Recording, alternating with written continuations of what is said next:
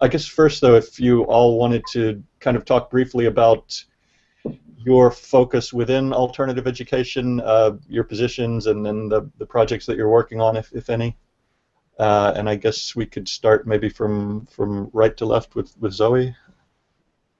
Hello, I'm Zoe. I'm the principal of Summerhill School in England, the oldest children's democracy in the world.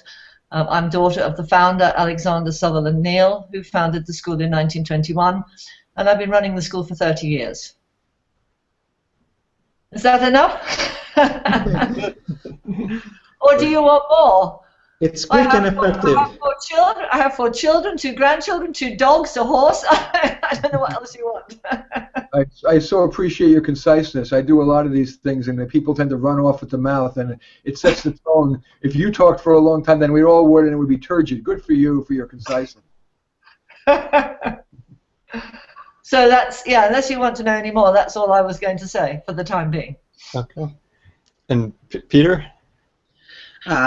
Okay, well, for just kind of introducing ourselves, I'm an evolutionary psychologist, which means that I'm interested in human nature. I'm especially interested in the nature of human children, and I'm particularly interested in those aspects of children's nature that came about through natural selection to serve the function of their education. And that's really all of the aspects of children's nature, their playfulness, their curiosity, their willfulness, the fact they want to do what they want to do, not what other people tell them to do, their sociability, the fact that they want to be able to do the things that they see other people doing around them. And so I've studied children in a variety of contexts where they have the opportunity to control their own education. I've never had the opportunity and honor to visit Summerhill, but I've conducted research at the Sudbury Valley School, where children are in charge of their own education. I've conducted research on homeschoolers who homeschool through the philosophy of unschooling, where the children are in charge of their own education. And I've also, through interviews of anthropologists, looked into the ways that children in hunter-gatherer cultures became educated. The hunter-gatherer cultures presumably represent the way of living, the way of growing up that predominated during at least 99% of human evolution. So that's just a little introduction to where I'm coming from. And Marty? I guess I have 3 hats that I can wear here. One is I have been a virulent critic of education for being sterile and unindividualized, but I'm, relative to probably the other folks here, more of a techno-optimist. I think technology allows all students to get some of the most brilliant didactic instruction, simulations, and interactivity on an individualized basis that just is ironically still pretty much absent in the classrooms. I'm also somebody who, while personally loving the kind of open education, open classroom things in theory, having taught in the inner city and trying to do that, I have learned that one size does not fit all, and that there are some kids who desperately need structure and a greater degree of teacher direction. And so it's a continuum, and so I can't unabashedly embrace one model like that. That's me. I got a PhD in education and evaluation. That's who I am. Great. So I guess next, if you all wanted to talk about some of the issues that you see with the existing schooling system and how alternative models can improve those issues, I guess would be a starting point that everybody's interested in. Unless you have another this is kind of also a think tank format, so if there's any particular question that you all have, it's mostly intended that you kind of talk among yourselves and explore issues among people that wouldn't always get to meet in person. Yeah, it's nice to meet you guys, by the way. My pleasure too. Nice to meet you. Yeah, I think it's a difficult one because for me the problems in education are just so enormous that I just think there are so many issues connected to different things that are actually the same thing. So, so for me it's such a vast subject that I kind of would need some guidance. I'm not prepared to jump in and just say, oh, everything's terrible and this is the answer. But I have to say that this is the answer to a lot of it. This thing which is called democratic education or freedom for children or whatever, is actually one of the answers to a lot of the world's problems. One thing I found... sorry. Maybe I just want to ask you this thing to start, talking for a little time about the problems of the regular education, is the fact that I think we all agree that with the regular education system, the students from the entire itinerary, from when they are kids to the university degree, they absorb a lot of notions that anyway are very interesting. But if we take into account like the one index which is usually considered in business, which is the return of investment, which is how many notions they get compared to how many years they spend at school, receiving lessons and everything, I would ask you, is this a good investment? Are the students and the families making a good investment, even if they're getting a lot of notions compared to all the years they're spending at school? This is the question I would feel to ask to begin. Good question. Terrible investment. One of the things that I think is at the core of it is the curriculum. I call it the tyranny of content. There is a curriculum, I don't know about in England, but certainly in the United States, that is absolutely filled with endless facts and concepts that most people, including PhDs, never need to know. Fifth graders in the United States, thanks to the Common Core, are needed to understand the area of a parabola, quadratic equations, things like that. And while in theory, understanding the cause of the Peloponnesian War has value and could be generalized to really understanding human nature, that's not in the real world how it occurs. So this tyranny of content keeps kids from developing what are the primary important skills, which is communication skills in an ethical way, the ability to critically think and analyze arguments, the ability to reason mathematically and estimate and do probability, statistics. And so I think the core problem are two things. One is the tyranny of content instead of the prioritization of what really matters, what is going to do the most good for the most people, and frankly, our abandonment of ability group classes. I've seen where you have in America now, we're moving in a very dramatically, radically egalitarian direction in which ability group classes are eliminated, and in the real world, not the theoretical world of professors, teachers are going nuts trying to meet the needs of a fourth grade class, which includes kids who are reading on the first grade, newcomers to English, special education, violent kids, kids who are mentally retarded. The gifted kids are bored like crazy, and the slow kids can't get it anyway. Teachers are staying up all night trying to develop individualized lesson plans. So to me, it's the tyranny of content and the refusal to acknowledge that we're not all equal, and the best way to teach anything is to have kids of similar ability so that a higher percentage of class time is spent on appropriate level of instruction. So, I mean, one of the things that I feel, what you're saying is absolutely right, but I'm going to go further back than that, and say that, the whole school system is based on a completely archaic system. I mean, it's actually a babysitting service, let's face it. A lot of the reason children go to school is because parents need to go out to work and they don't know what to do with their children, and that's kind of where things began. And they began from trying to teach the children the basic stuff. I think one of the problems that all the schools models is that looking at education as a whole, they've never looked at actually how children learn best. And I think the places that you see things like that are places like Summerhill and Sudbury Valley and many other free schools that are there, which show how children, given the freedom to make choices, follow a natural tendency. So, for example, I can say that younger children, given complete freedom to attend class or not, tend to hit it and then go away again, and then hit it for a couple of weeks and then go away again. And that seems to be the way. I mean, I've never studied it, I just live here, but it seems to be the way that children like to learn best. They like to go and do projects or get excited about stuff, and then they like to go off in the woods on their bikes or playing games or having fun or play fighting or roller skating, whatever they do, and then they go back into the classroom again. And the other problem with this whole system is this idea which comes from, you know, my father was born in 1883, and they were sitting at desks having to write by rote because people assumed that if you didn't make them do it, they would never learn.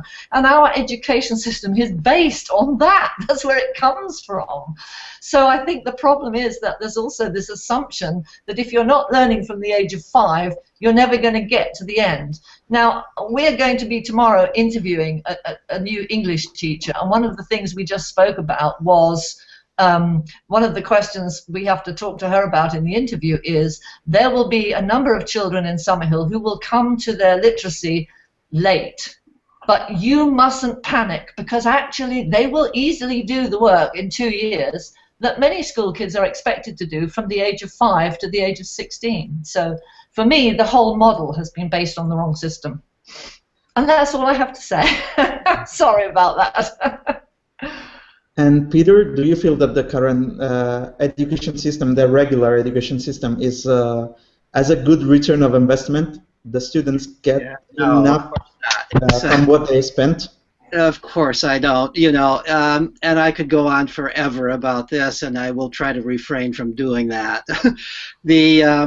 The current educational system really came out of the Protestant Revolution, primarily in Prussia. It was the Prussians who developed the school that we know today, and their very explicit purpose was to drive the free will out of children. Their very explicit purpose was to teach obedience and to indoctrinate children, to teach reading so that they could read the Bible. There was never any concept that the purpose of education was free thinking, critical thinking, curiosity, initiative. It was quite the opposite. It was to drive those things out of children. And if you look at the early writings about schools, that's what the purpose was. Today, many people in education are looking for something different from that in education. We want to promote entrepreneurship. We want to promote curiosity. We want to promote initiative.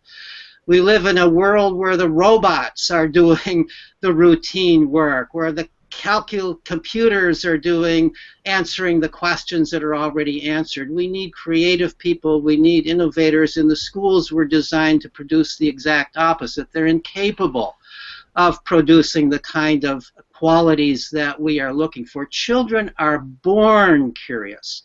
They are born playful. They are born with the drive to take charge of their own education, and we drive that out of them when we send them to coercive top-down schools. I have seen over and over and over again, and I've conducted follow-up studies of children at the Sudbury Valley School where there essentially are no classes. Kids are playing and exploring all day long, and they're becoming educated. The school hasn't been in existence nearly as long as Summerhill, but it's been in existence almost half a century. It's got hundreds and hundreds of graduates out there in the real world doing real things who became educated in a manner that they controlled.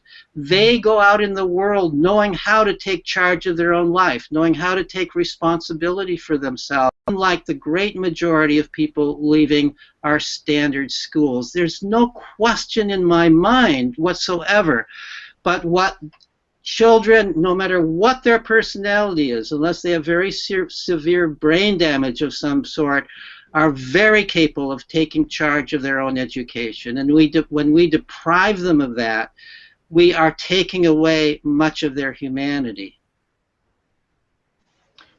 Yeah, At the risk of adding some contention to this, there is great danger when we generalize from the kind of kids who would go to the Sudbury School and Summerhill to a nation or a world. I've had the privilege of having both taught, been a school psychologist and a professor of education in the very widest range of schools in America, from Tiburon and Belvedere, perhaps the richest community in the world, which was one of the first to build a pod school with true open education modeled after Summerhill, which I ideologically am very akin to. But I've also been in the inner cities of New York City public schools and in Richmond, California, and all inner city area, in which at the very time when open education in the 70s was or in the 60s and 70s was becoming hegemonic, actually, in the progressive parts of America. And I have seen dramatic differences in the ability of kids to handle self-directed education and exploration. What happened it worked quite well in many ways in that rich community.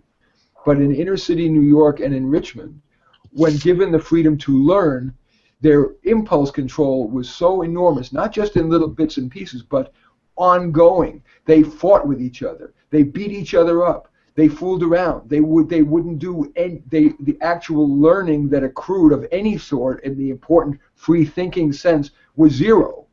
They just, for whatever their home lives or their genetics or the environment or their peers or what some combination will leave for another day, was such that they just didn't have any sense. They would always rather indulge their immediate impulse for kissing somebody or punching somebody or running around, or there's never the project that they get into and learn and explore. So it's very dangerous to generalize from some subset of more privileged kids or kids in England, which I'm not familiar with, to America, for example, let alone the world. Yeah, but wait a minute. I mean, the whole point is we're supposed to be talking. I thought the point is here we're talking about ideals. We're not talking about that, those realities. Of course we know that. That's why I say that education is about child rearing. You're not going to get anywhere if you take a bunch of kids from a really difficult background and plonk them in a free school. You need to be educating. Parents need to be behind this. The parents, you need to start the education right at the beginning. And if a baby has been left to scream its heart out for most of its infancy, and then has lived a really repressed infant childhood, and then you take them to a free school, it's going to be hard. So nobody's talking about. I hear what you're saying, and I absolutely agree with you. But I thought this discussion was about ideals. So I'm talking about what it should be like in the world. I'm not talking about that inner city school which is struggling. And believe me, we have the same schools in England too. Right. I didn't know what we were talking about. I thought I tried to be realistic, and I use the phrase I like to keep my head in the clouds but my feet on the ground. Yeah, absolutely. Well, me too, actually. I don't even keep my head in the clouds. I would also keep my feet on the ground here, and keeping my feet on the ground, I nevertheless disagree with what Marty just said, because I've seen over and over and over again kids coming to Sudbury Valley who've come from the public school, come precisely because they were badly behaved, they were diagnosed with ADHD, they were impulsive, they were breaking rules, they were using drugs, they were doing all kinds of ill-conceived activities. Out of desperation, the parents sent them to Sudbury Valley, and they came around. Why did they come around? Because Sudbury Valley is not a place without rules. It has clear rules. The rules are made democratically by the students, and they're enforced by the students. And so these kids learn to follow the rules of the school, and the rules of the school are that you can't hit other people, you can't bully people, you can't litter, you can't use drugs, you can't use alcohol, you can't do certain kinds of things, and they come around to following those rules. There's occasionally a kid who can't, and ultimately that kid gets through the democratic process, gets expelled from the school, but most of them today come around. I have every belief. Now, we don't have enough to know this with empirically, but based on theory, it's very clear that the so-called education gap in the United States between the rich and the poor has not been solved by public schooling. It has been worsened. The more money we throw at the problem, the more testing we do, the more years of schooling we add to it, all trying to reduce the education gap. That gap gets larger and larger. I think the reason for the education gap has nothing, when we see it in our standard schools, has nothing to do with schooling, except that schooling drives it larger. It has to do with the neighborhood you're growing up in, the family you're growing up in, the experiences you're having at home. Well, what does Sudbury Valley do? It provides a kind of extended family. It provides, the staff members are sort of like uncles and aunts, the students are sort of like cousins, and now if you bring children into that setting who don't have the kinds of enriched environments at home, they're now in a school setting that's like a home setting in many ways, which does have an enriched educational environment. They're playing games that involve reading, and they're writing and numbers and so on, and they're learning how to do that. They're interacting with people who know what it is to be a lawyer or a doctor and so on, who knows what it is to go on to college and higher education. They are becoming part of that opportunity. And so I believe that this kind of model can solve the problem that hasn't been solved by standard approaches to education. We don't have enough data on that to say that one in Philadelphia from poorer families, kids from the kind of neighborhood that you're talking about, and the preliminary observations are that they are not different from the other kids. They are learning in very much the same kinds of ways. I don't believe there's a fundamental difference that makes this kind of education, this self-directed education, not appropriate for some people, but appropriate for others. After, Summerhill's been around for 1 million years, or at least, 60 or 70. Why are we still at the point where there's preliminary data? Why are we still at the point where there's preliminary? Why would there not at this point? We are the world is hungering for authoritative data on a program that would close the achievement gap. If in fact it was a scalable, measurable difference in critical thinking or empathy or whatever, why at this point would there not be good data? And we're still talking about there's some preliminary observations that it appears that. Sorry, carry on, Peter. Well, okay, I'll just be quick. There's not good data because the world doesn't accept this. Even today, Sudbury Valley's been around for 50 years. Summerhill's been around much longer than that. These are not experiments anymore, but yet the world is not accepting of them. The world doesn't really look at them. The world doesn't. Everybody is hearing so much propaganda in the other direction. There are so many vested interests for maintaining the status quo within education. There are almost no professors of education who have the slightest interest in Summerhill or Sudbury Valley School. They don't look into it. It's a different language from what they taught. Once you no longer are talking about curriculum, once you are no longer talking about top-down education, there's no longer a role for schools of education, no longer a role for teachers as we traditionally think of teachers, no longer a role for textbooks as we think of textbooks.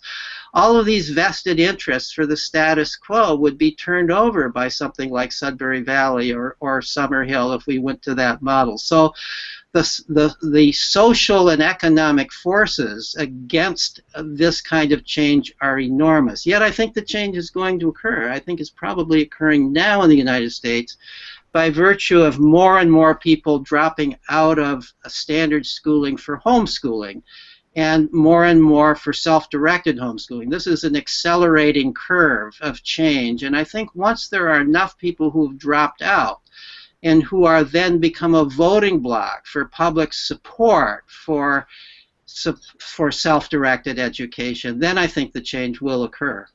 Both of you are saying, they're implying there's societal barriers, but at Sudbury, why wouldn't, I can understand why the entrenched corporate interests aren't going to evaluate, or education bureaucracy wouldn't, but why wouldn't whoever's running the Philadelphia school, in an attempt to get more students to clone it, otherwise, why wouldn't they undertake a rigorous evaluation and promote it? Why wouldn't in all these 60 years, why wouldn't there be studies, rigorous evaluation studies of the schools themselves that got promulgated? I can answer one of those questions, and I mean, this is the question that arises for us every time we get a government inspection, which in the UK you get very regularly. Right. And you know, the main reason is because at Summerhill anyway, and I'm sure at Sudbury, we're not actually looking for academic success. We're looking for well-balanced, happy people who have had a good childhood, who relate to one another, who grow up into comfortable, happy adults, because that, from where I'm sitting, is where the answer is to the major questions in the world. And the major questions in the world are, people are killing each other. Why are they doing that? You know, if people live in a good environment, as you were saying, Peter, in a family environment where they're learning about right and wrong among people that care about them and understand and allow them to have freedom to learn from themselves, then that's the fundamental. And to be honest, the other education system is looking in the wrong direction. We have to stop killing each other first, and then we can start worrying about being really excited and really high achievers, because yeah, high achieving is great, but a lot of high achievers go around killing each other, but not many people from schools like Sudbury Valley and Summerhill go around killing each other. And so I think, you know, for me personally, it's about happiness, it's about enjoying your life, it's about relating well to the people around you, it's about remaining a creative, lifelong learner who, you know, who is having a good life. And so if I sell that story to any university in England, they're not interested in that. What they're interested in, yeah, but what about examinations? What about achievements? What about standards? Right. And so that's why the government inspectors have such trouble with us, because they're looking at one thing, trying to tick all these boxes, and we don't have boxes like that because we don't do those kind of boxes. So what do you say? I think that's where the difference is. So what do you say to the parents, or the, you know, there is such, not so much unemployment, but underemployment, where employers, in order to make a living, you know, of course I want a peaceful, loving, good, not bullying human beings who enjoy life. It sounds like the Waldorf schools here in America. But what do you say to the parents who are worried about somebody saying, my kid is going to be unable to be happy and well-adjusted if he's living homeless because he can't make a living because the employers are requiring all these computer skills and high-level reasoning skills and mathematical skills, and the universities won't take him? What do you say to those parents? Well, I mean, those parents don't actually apply to a school like Summerhill anyway, because they have different desires and standards for their children. But the reality is, you know, that's why we're a school, because we're you know, that's why we're not a utopian community, because we are filling that balance. We're giving the kids the education that they need, but we're giving it to them in the most comfortable and enjoyable way that we possibly can, and giving them the freedom to make their own choices, to learn about responsibility, and to be interested in their learning and remain so. So you know, so I'm not saying our kids aren't achieving those things. They are, but they're doing it in a different way around. They're doing it and still having a great childhood as well. I'd like to address that question too. I've conducted follow-up studies of graduates of the Sudbury Valley School. The school itself has conducted some further follow-up studies more recently. I've also just recently published my study of grown unschoolers, children who are who direct their own education in a home-based manner, and they're remarkably well employed. You know, and as far as I can see, regardless of their background, you know, they come from a fairly wide background. Some of them came to the school troubled in many ways. They were not the cream of the crop in public school, you know, and they've gone on to excellent careers, including in technology, including in the sciences, including one of the graduates in my initial study is a professor of mathematics. There are doctors, there are lawyers, there are scientists of all sorts, as well as, not surprisingly, many very successful artists. One of the graduates of Sudbury Valley recently, you know, won the Academy Award for Best Documentary. We can point to many great successes who are self-educated people. One of the things that's come out of both my studies of Sudbury Valley graduates and home-based unschoolers is that very often in their play and in their pursuit of their own interests, young people develop a real passion for something, and then they become very good at that. Yeah. And acquire the skills and knowledge to then pursue that as a career. A remarkably large number in my research, when I asked them, what were you playing? I asked them first, what is your career? Then I asked them, what were you playing at? What were the things that interested you? Very often there was a very direct relationship. You know, the wonderful thing about our world today, as difficult as it is in many ways, and I agree with Zoe, we've got to get rid of war.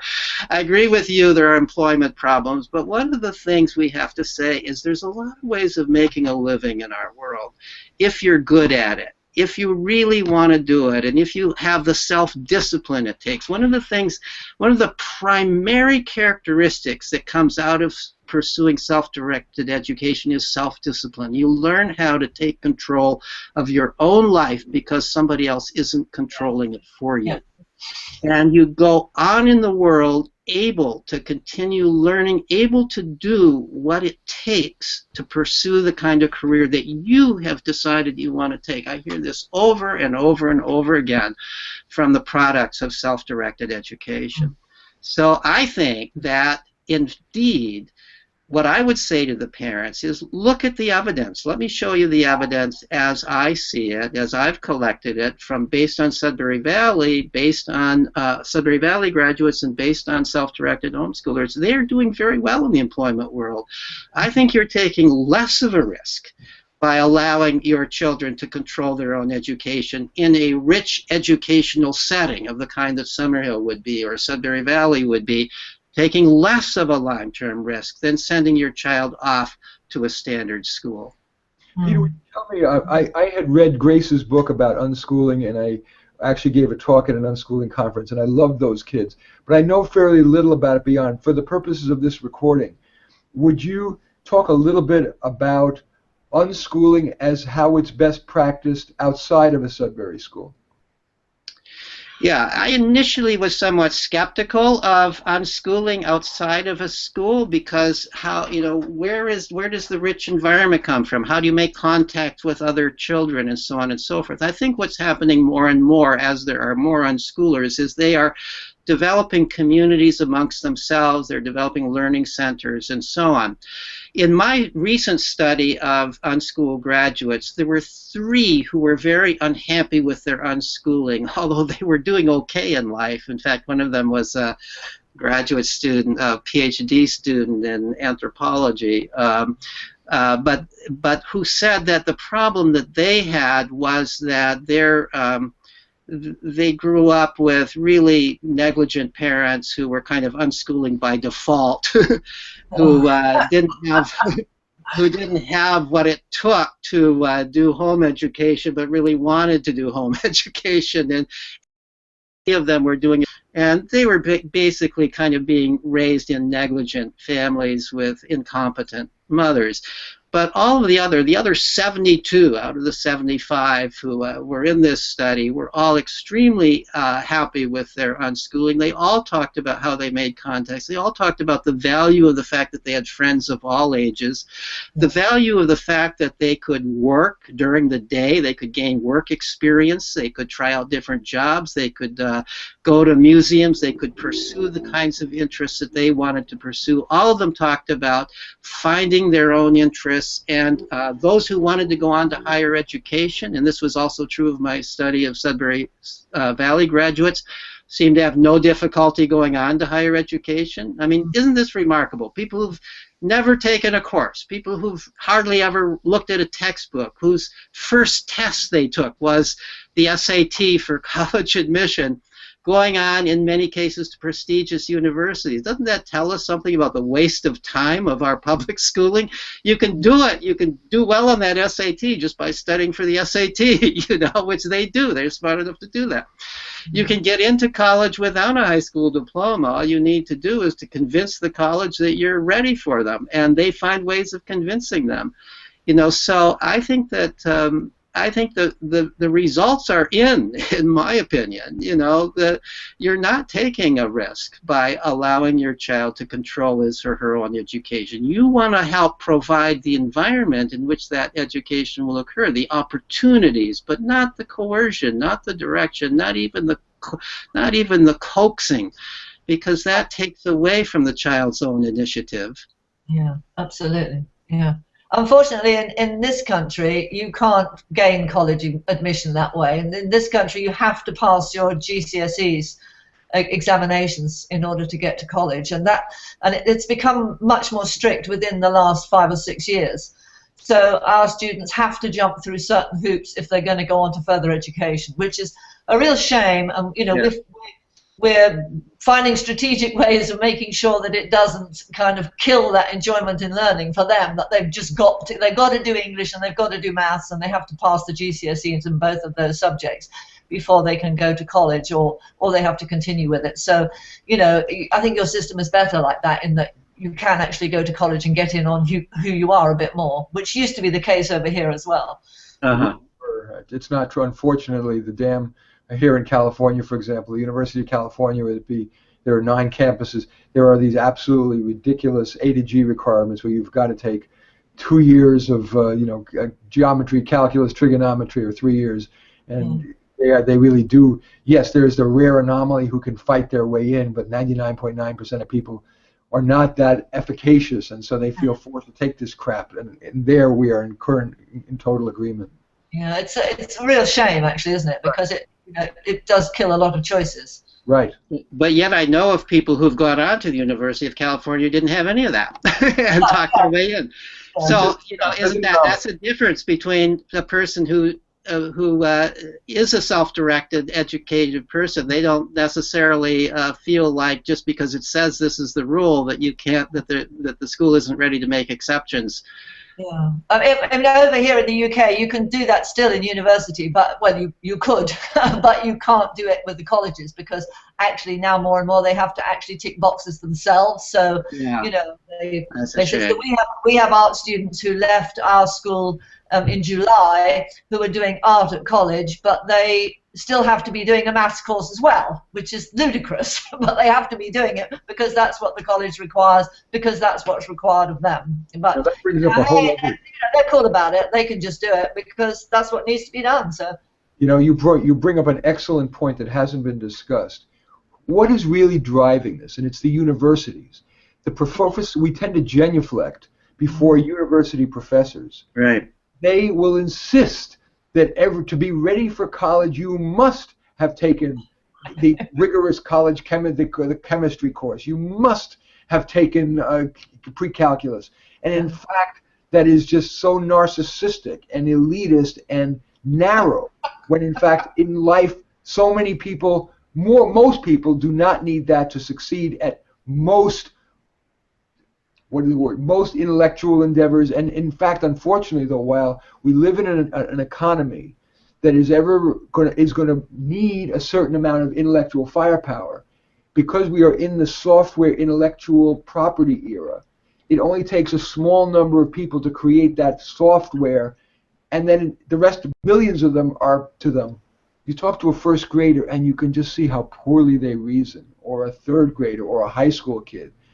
They just are never going to be knowledge workers. And I want them to be happy, as I bet anything the kids who are unschooled and go to a Sudbury are in general happier people because they have more freedom, more choices. They're not constrained.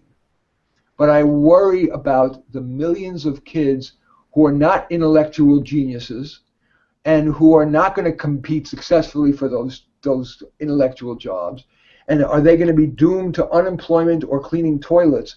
I worry a lot about employability because people are unhappy unless they find work. They certainly can't afford to support themselves. I think that career and jobs cannot be ignored in this discussion because it matters. I agree completely, Marty. And let me begin. I mean, you said a lot right then, but let me begin by completely agreeing with you about the non-necessity of all of this, all of the idea that you need certain prerequisite knowledge in order to succeed in higher education. Every college professor that I know of who teaches the introductory course in any field assumes that the students know nothing about the subject, no matter how many courses they've taken in it. So if you're teaching biology, you may be teaching it in some sense at a higher intellectual level than high school biology, but you don't assume any knowledge. You don't assume that just because the students have taken a high school biology course, there are certain things you don't have to introduce or talk about, because those who've taken it have forgotten it anyway. The way our educational system works is you learn it for the test, and then you very efficiently and quickly wipe it out and prepare your mind for the next. It's all total waste. Right. So that, I don't know of any college professors who think that it's important to have background knowledge to get into their courses. Maybe there are some who mistakenly believe that.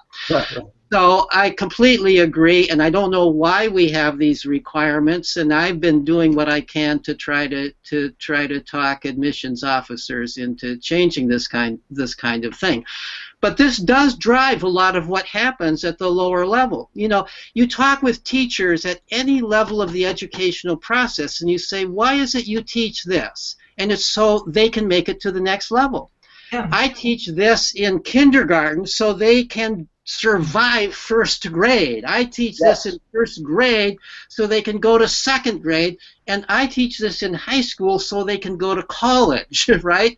Now, mandate. There are these common core things that if you don't, you could lose your job or you could go on probation.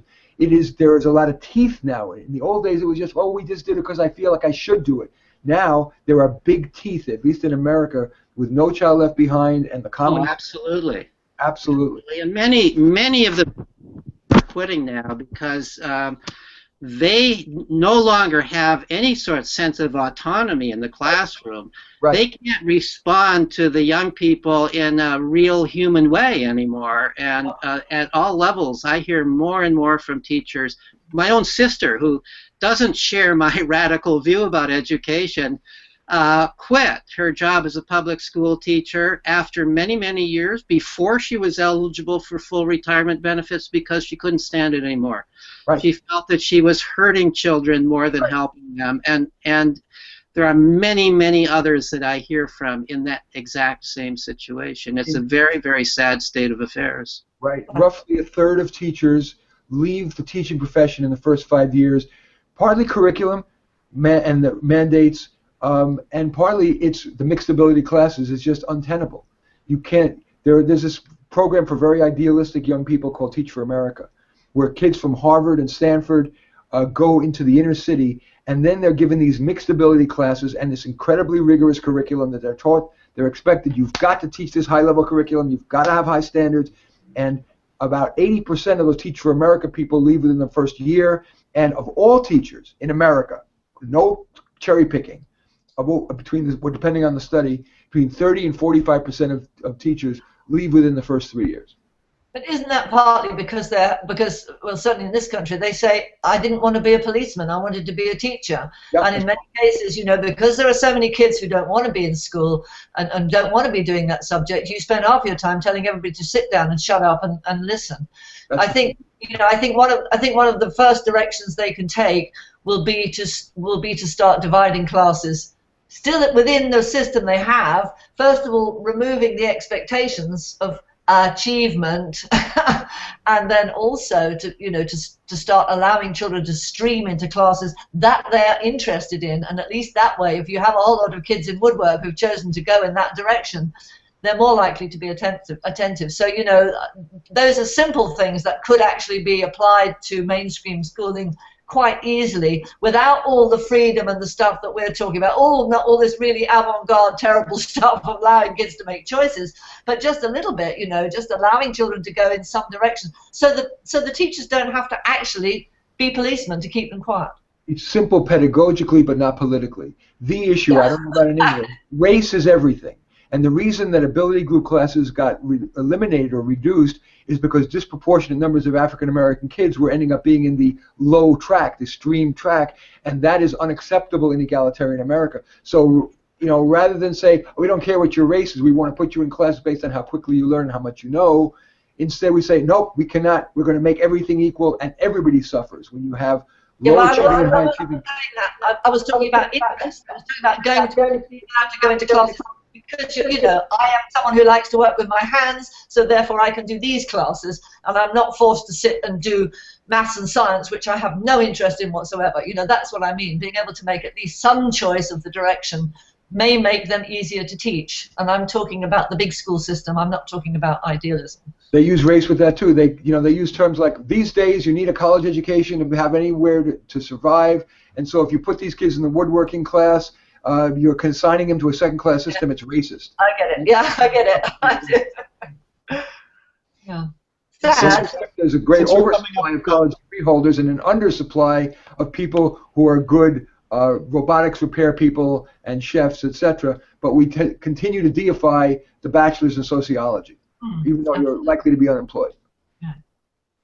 Since we're coming up close to an hour, what would you say to parents and students who are looking into alternative education and it's kind of outside their normal scope of awareness? I think for a lot of people it's just very intimidating to consider not going to college, to consider going to alternative schooling.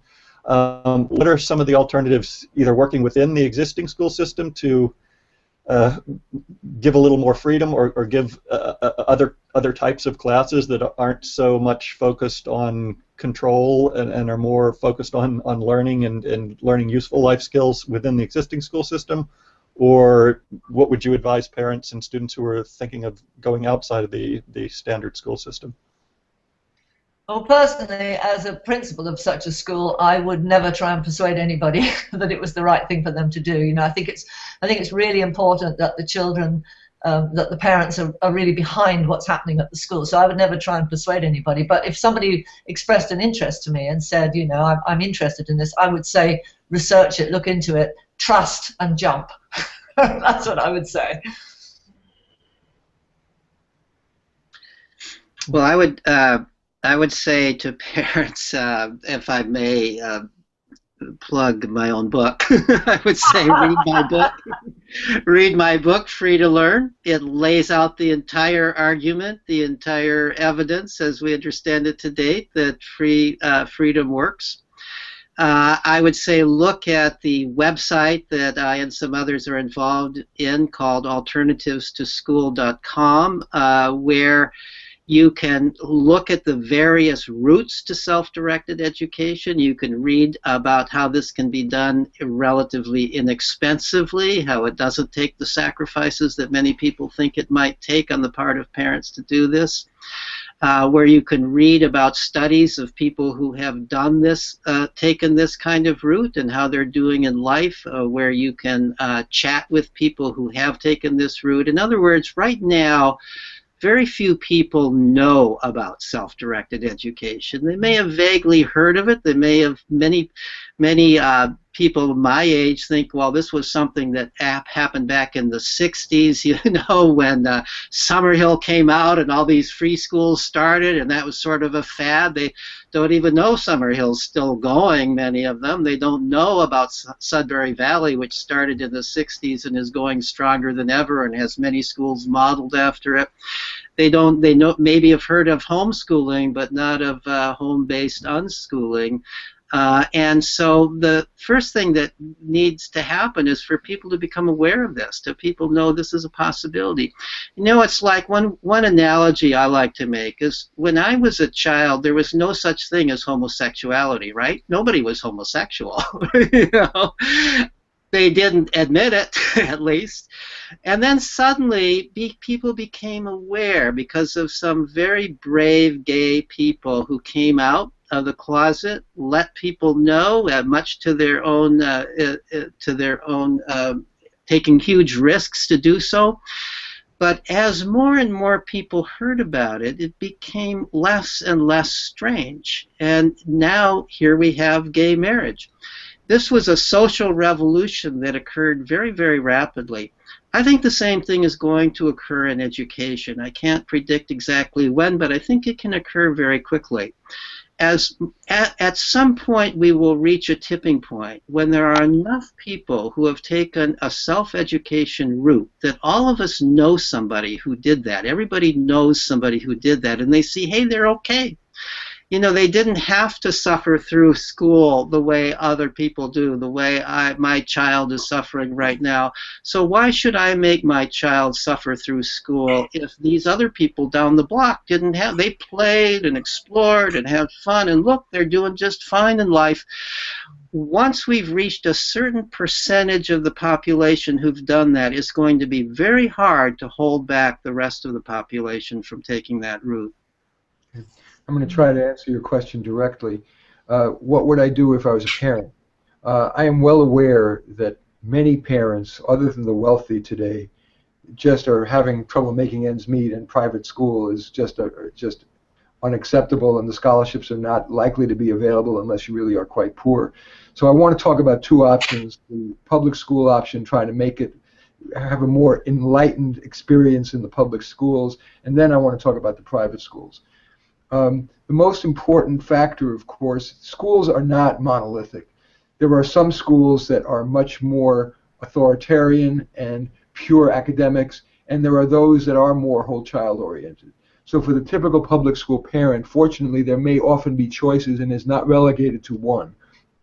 Perhaps the most important thing that even a busy parent could do would be to check out the different public schools, wander the halls, look into the various classrooms, not just one or two that are handpicked by the principal, and ask yourself, would my child flower here, both because of the teaching and because of the kids, the level of curiosity. I would also hang out on the playground and look at the nature of the interaction between the kids. How bullying versus constructive is it? And then I would ask myself, okay, could my kid go to one of these schools? Then the second most important thing a parent could do is, where possible, try to choose a teacher. Their teachers vary enormously in their how cosmically oriented. Do they think about the big picture, or is it simply like Peter was saying, get them to the next grade, or prepare? That's of course obscene. So with choosing the right public school, choosing the right teachers where possible, and then outside of school, encouraging friendships with kids with good souls, who have playful, intelligent, ethical souls, and encouraging those kind of activities and discussions with family and playtime within family. That's the free version, and is quite realistic because it's not requiring you to spend money, and it still enables the kid to fit in the system as it is, rather than make him be a guinea pig for some future we only hope exists. But if you can't tolerate that, then I would encourage you to evaluate homeschooling. And there's been so much written, whether it be Peter's book or Grace, whatever her name's book, on unschooling. There's a rich literature. Simply Googling will enable you, and there are parent support groups for unschooling and homeschooling, so you can craft an education that is individualized to your kid. I would like to ask a practical question, starting from Zoe, who is a principal of this kind of school. On a practical level, so I think we all agree that there are several problems with the regular education system. So I would like to ask, on a practical level, what do you think should an ideal or an effective education system should be like for kids or for students? I mean, in terms of how many hours per day should they be in a class, taking lessons? What kind of subjects should they take? What kind of subjects are not taught already in regular schools that are not preparing the students for the adult life? What is missing, and what do you think should be introduced? And maybe what are you already doing in Summerhill School?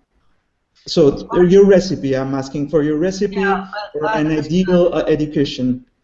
I think that the things, I think that mainstream schools do not have a broad and balanced curriculum, and the reason they don't have a broad and balanced curriculum is because they miss the most important part, which is allowing the child to develop as a human being. And and you can't teach that. So you're saying, what other things would in this ideal school would you teach? You don't teach. That's the whole point. You let them learn and be who they are. And that's why I think that the kind of education we offer, and schools like the Sudbury schools and many, many other schools, there's many schools in Israel and all over the world that are following these different, and the unschooling as well, I will include in that, really. It's about allowing people to grow naturally, and that to me is the most important part of the curriculum. And from that, feeling good about yourself. I mean, let's remember that mainstream schools spend most of their time making most of their pupils feel as if they're failures, because there are only some who find it really easy. There are some who sit there and think, yeah, I can do this. And they go on and they fly and they take all their exams and they get high grades and everything's fine. But for the rest of all those people, they're learning every day, I'm a failure. I'm finding this really hard. I'm sitting next to somebody and they're doing it better and I'm doing it badly. So the most important thing about allowing people to make their own choices and to grow as people is the first thing they're learning is, I'm a successful person. I'm good at life. I enjoy life. I feel good about myself. And from there, you learn what, learning doesn't stop when you're 16 or 17. It doesn't stop. I'm nearly 70 and I'm still learning and loving it. So the whole point is that regarding jobs and qualifications and everything, you can change your mind midstream. You can suddenly decide when you're 40, I want to be a vet, and you can train to be a vet and you can do it. But you need to have a lot of self-confidence to do that. And so I think that the main part of the curriculum needs to be that freedom, that allowing people to grow and feel really confident and happy with who they are, and from there, and my father said it years and years ago, if you're well balanced and happy emotionally, then you can learn what you want to when you want to. Perhaps, if you don't mind, I'll go next because I actually have to leave in just a couple minutes for another appointment. But I agree with everything that Zoe said, except for one thing. I don't agree that that person who gets all A's and flies through school is well off. I think that... No, I 100% agree with you. I didn't mean that. I didn't mean that at all. I have known too many honors students who've gone on, and then at some point in their life they say, I never figured out who I am, what I really want to do. I've just been working for these false tokens my whole life. Here I am a lawyer. I would be better off for a stranger, No, I agree with you 100%. I'm sorry, I didn't make that clear. Here's the whole. I knew you would agree with me. Here's the whole point of self-directed education, which is, I think Zoe stated very well. It's wrong for people to decide for somebody else what they should learn. That's especially true today. There's so much knowledge. There's so much out there in the world. Nobody can learn all of it, right? Why force everybody to learn the same little slice of it? Let's let people go in the directions they want to go in. Let's let people find their passions. Let's let people develop whatever their interest is. That's the whole point of self-directed education. Childhood and adolescence should be a time of learning who you are and how you fit into the world around you. We prevent that from happening in our standard schools, in our society in general, because we keep children so busy doing what we tell them to do that they don't have the time to explore who they are, what their passions are. It used to be a little different. When I was a kid in the 1950s, we had school, but it was not the big deal it is today. It wasn't great. I'm not in favor of what school was then any more than I am what school is today, but at least it didn't occupy all our time. Most of our life was outside of school. We ran around in age-mixed gangs of kids. We explored. We got into trouble, found our way out of trouble. We figured out how to deal with the minor bullying that occurred with no adults solving these problems for us. We learned how to live our lives. But today, children are not allowed to learn how to live their own life because they're spending all their time under adult direction because of the expansion of school, the weight of school, the homework, and the increased amount of school-like activities that are occupying their time outside of school. I must say I have to disagree. I think it's an abdication of responsibility to say that kids know enough to determine what they should be learning when they're children. There should be a measure of freedom and choice, of course. But your question was, what is the ideal curriculum? In my judgment, there should be a highly interactive and individualized program to teach critical thinking, ethics, communication, mathematical reasoning, not quadratic equations, but to think mathematically, probabilistically, and it should be interactive. But yes, adults and professional educators do know something about what is important, should know what's important in life, and abdicating that so that kids can, assuming that kids can explore and decide what they're going to want to do, at least in the real world in which I have lived, even in middle-class schools, is far suboptimal in creating the happy and efficacious human beings we want. Most people need a measure of structure and a measure of freedom, and I think it is a mistake to abdicate all of the decision-making to a 3, 5, or to a 5, 8, or even 15-year-old. One issue that I've heard brought out is the number of hours that it actually takes to learn basic math or to learn reading and writing skills. That I hear, the claims that it really doesn't take that many hours. You don't need 12 years of schooling if that's all you're going to teach. So how does that work into if you want to remain within a very structured schooling system? What do you do with all of that time if you could actually learn these things in far more efficiently? I can comment briefly on that. There was a fascinating experiment, very little known within educational circles, done in New Hampshire in the 1930s. The superintendent of schools in this town in New Hampshire had been observing mathematics classes in his elementary schools and was appalled to see how the children were learning by rote and they couldn't apply what they were learned in any realistic way. And so what he decided to do, unlike today when children aren't learning what they're supposed to be learning, we say, therefore we need to teach more of it. His suggestion was, therefore, why teach it? Why teach it? Let's start teaching. His initial suggestion was, let's not teach any kind of arithmetic in elementary school. Let's wait till 7th grade to start teaching arithmetic.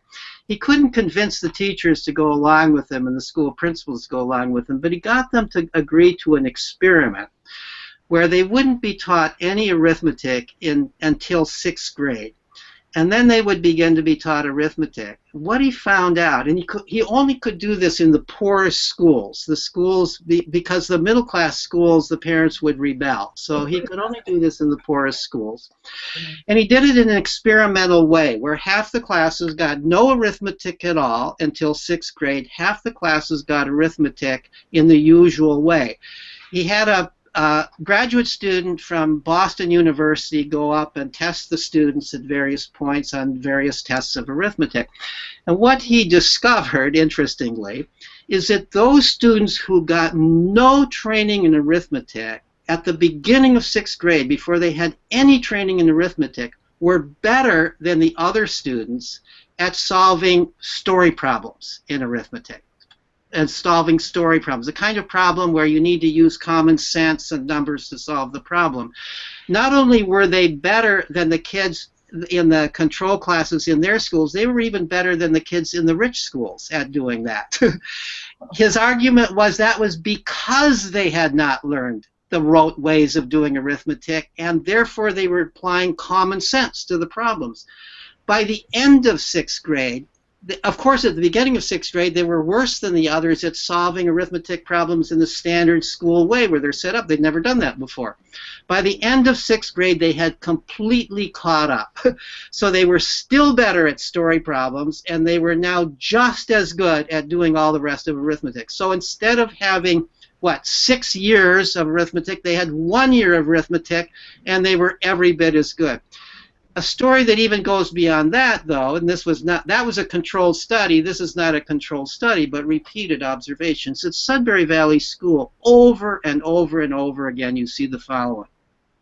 A kid, or sometimes a group of kids, 16 or 17 years old, decide they want to go on to a competitive college, and they need to do well on the math portion of the SAT in order to go on to that college. They've never studied math in their lives before, but they haven't been raised in a closet. They've picked up the kind of everyday math that all of us pick up in everyday life, to make change, to cut recipes in half, to measure boards, to do the kinds of things where you really use numbers. The kind of math that all of us remember is the same math that we would learn whether or not we went to school. But they need to learn some algebra and geometry, a little bit of trigonometry in order to do the SATs. Over and over and over again, it's been established that in a matter of about 6 weeks of not very difficult work, they can learn everything they need to know to do well on those SAT tests. They end up studying the same SAT prep books that kids who've gone to regular school, who've taken all those courses, have studied, and they're not at any serious disadvantage compared to those kids. Sometimes they'll ask a staff member, there happens to be a staff member at Sudbury Valley, an MIT graduate who really is a very good mathematician. He can explain. Let's say the student, let's say there's certain basic things you need to kind of learn before you're ready to study that math SAT prep book. Let's say it's something like dividing one fraction by another. You know, what does it mean to divide 2/3 by 5/8? You ask that of the typical adult, no matter how much schooling they've had, and they have no idea what that means or how to do it. Usually in school they teach you a way to do it, but you don't understand what it means. So this guy explains what it means, it gives you 3 or 4 problems, and they say, okay, I've got it. Let's go on to the next thing. These things are not difficult. They're not all that difficult for a person who hasn't been raised in a closet, and for a person whose mind has been growing, and for a person who now, for whatever reason, wants to know how to do this. In this case, these are kids who want to know how to do it, not because they're in a math test, and so they're prepared to learn what they take responsibility. They're prepared to learn what they have to do to pass the damn math test, and they learn it very quickly and very efficiently. Absolutely. I would echo that exactly. I mean, in England we have GCSE, which is a different kind of setup, but our children do GCSE in 2 years, whereas other children have started school at the age of 5 to achieve the same goal. And and our kids have had all that time to do the other creative and interesting and exciting things. Of course, that they're not never going to class. Of course they're going to class, but what I'm saying is the actual work for the exam is done in the final 2 years, and for exactly the same reason. They know they want to go to college, they know they've got it, and they just do it.